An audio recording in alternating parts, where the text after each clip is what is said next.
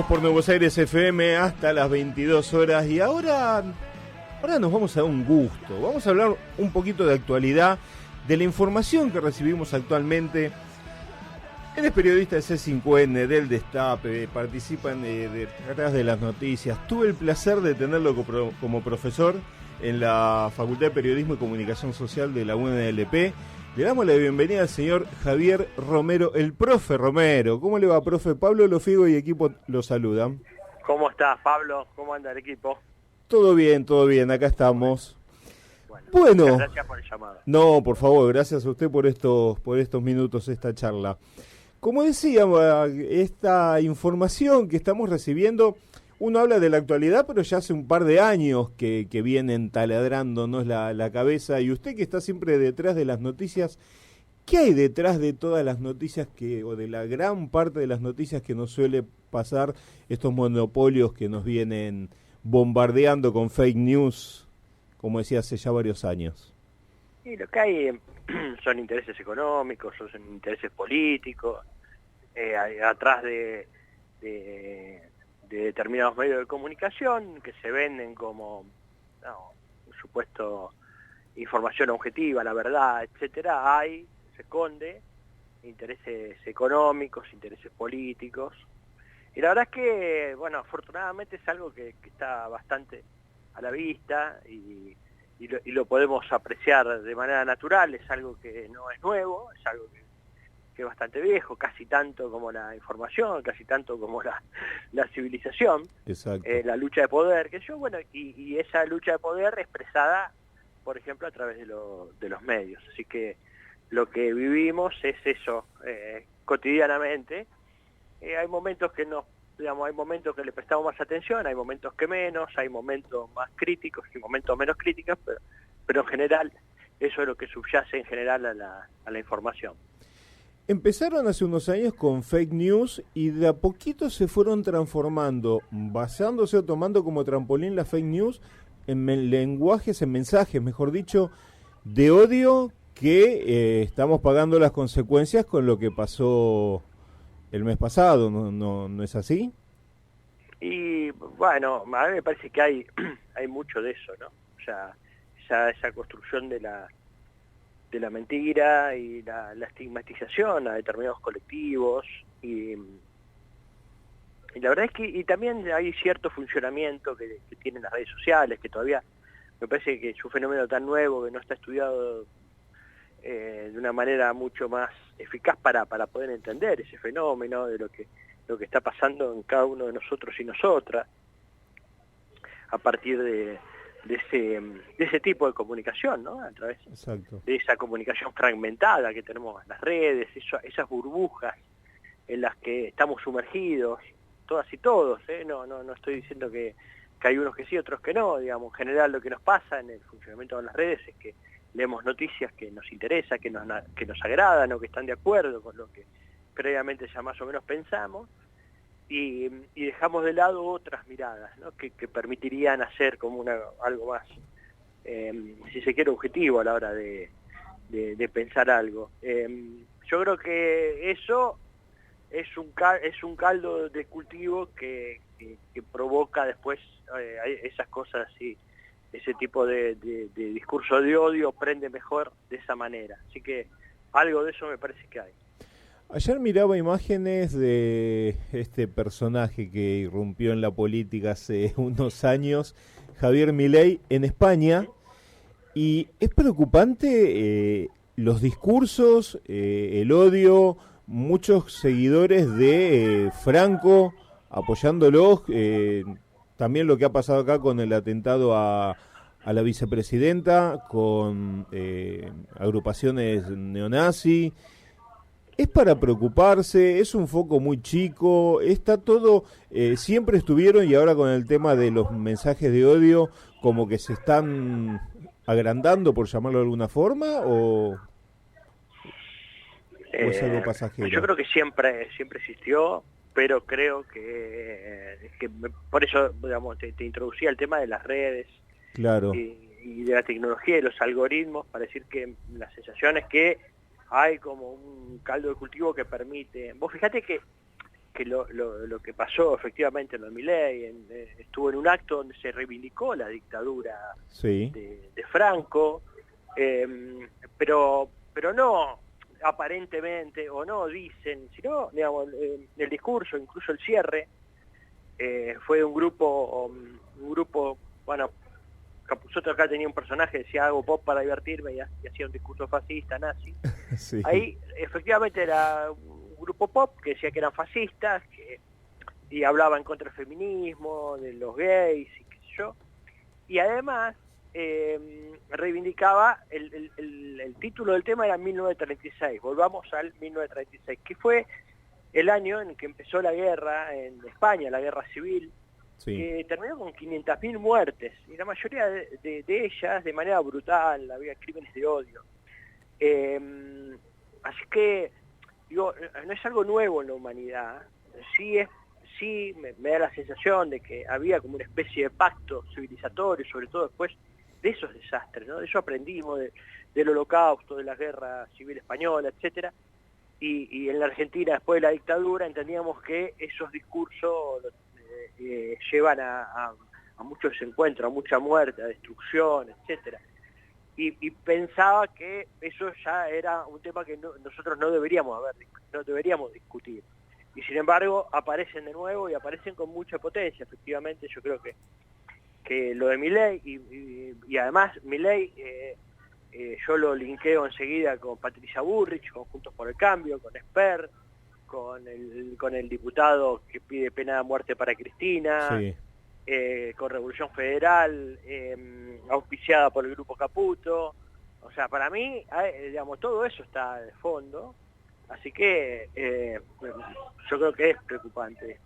Hay que prestar atención y hay que pensar cómo se sale de ahí. Me parece que hay una buena oportunidad por otro lado, porque permite la reflexión, todo esto, y lo pensaba a partir también del tema de la película, el éxito que tiene la película hasta 1985, que tiene crítica de un lado y del otro, etcétera, pero me parece que se basa en lo que uno podría llamar un pacto civilizatorio. O sea, 1985, ese nunca más, implicaba eso también, ¿no? Era decir, esto nunca más. O sea, no nos podemos salir de la ley, de resolver los conflictos que tenemos y los intereses de una manera distinta, no eliminando al otro, ¿no? Me parece que ese punto central es el que nosotros tenemos que aprovechar para debatir y discutir, y esperemos que la clase política esté a la altura para Claro. este debate, para esta discusión, porque la verdad es que que necesitamos, obviamente tenemos diferencias, tenemos intereses distintos, etcétera, pero la civilización, digamos, justamente lo que hace es tratar de que avance y que se resuelvan los conflictos de una manera distinta. Exacto. Así que, sí, preocupado con eso, la verdad, Sí. que preocupado y sin una solución a la vista, cerca de la mano, ¿no? Usted recién nombraba las redes sociales y bueno, no nos olvidemos que gracias a las redes sociales Macri fue presidente, Donald Trump fue presidente. Las redes sociales encuentran en las personas mayores un sector más vulnerable para captar votos y para influenciarlos con fake news y mensajes, noticias falsas o metiéndose en los perfiles de ellos. No, la verdad es que no creo que Macri haya llegado presidente por eso, por las redes. O sea, habrá ayudado en un cierto sentido, etcétera, pero Claro. yo creo que es un proceso mucho más amplio que el Bien. de las redes, el caso de la llegada. Y sobre la influencia de personas mayores, digamos, me parece que las personas mayores probablemente, si uno hace un análisis más científico, va a encontrar que pasa mucho más tiempo frente a la televisión. Y la verdad es que yo no veo mucha diferencia entre ver el noticiero de TN o el Sí. de La Nación más que leer una red que tenga algún discurso de odio, porque la verdad es que ni una fake news, porque a mí me parece que los grandes creadores de fake news y los grandes creadores de odio en la Argentina son los grandes medios, precisamente. Claro. Las redes en todo caso ayudan a difundirlo, potencian, etcétera, simplifican y segmentan, ¿no? Públicos, pero el discurso está ahí, ¿eh? Hace unas 2 semanas dialogamos con Mauro Bricio, el impulsor del proyecto de ley anti-fake news. ¿Ves posible una ley anti-fake news acá en la Argentina? En principio no, pero no lo descarto. Me parece que hay, digamos, deberíamos poner un gran esfuerzo en nuestros colectivos más que en la ley, en el tema de esto. La verdad es que me parece que va a ser difícil que salga, y si sale va a ser difícil que se pueda aplicar, y si se puede aplicar va a haber discurso de victimización. La justicia está al lado de ellos, Claro. Digamos, el aparato judicial. Es un tema, pero es un debate interesante el que plantea Mauro en este sentido. Va a ser muy parecido a lo que fue la ley de medios. Y me parece que más todavía porque es mucho, bueno, en realidad la ley de medios ataca al corazón, en realidad, que es el tema de la propiedad de los medios. Claro. Ahí es. Y esta otra es una discusión como más abstracta, si se quiere. Y después hay otro problema que yo le veo adicional a este proyecto, es que ¿quién va a determinar qué es un discurso que puede ser o que no, que está bien o está mal? Claro. ¿Un juez? ¿Un funcionario de Macri? ¿Laura Alonso va a decirme a mí qué puedo decir y qué no? ¿Está bien o está mal? Sí, la verdad. Es difícil en ese sentido. Uno imagina que un juez va a impartir justicia, que la oficina anticorrupción va a Claro. perseguir la corrupción, pero en los hechos no pasa eso. La verdad que los jueces responden al interés político. Entonces, si le das en la mano esa herramienta a un juez, a un fiscal, estás muy expuesto, digamos, pues te meten en cana, te dicen, yo digo, Macri reprimió, y dicen, no reprimió, vas en cana, y yo digo, no, pero si reprimió, bueno, anda a explicarlo, mientras tanto te come 2 años de cana. Sí. Qué sé yo, es difícil, Es sobre difícil. todo cómo funcionan las instituciones. Por eso apuesto a que como sociedad seamos capaces de enfrentar esto, así que bueno, qué sé yo. Parafraseando un tema de Charly García, demoliendo hoteles, una persona que está demoliendo fake news continuamente. Para usted, ¿cuál fue la fake news más grande creada por el imperio Clarín?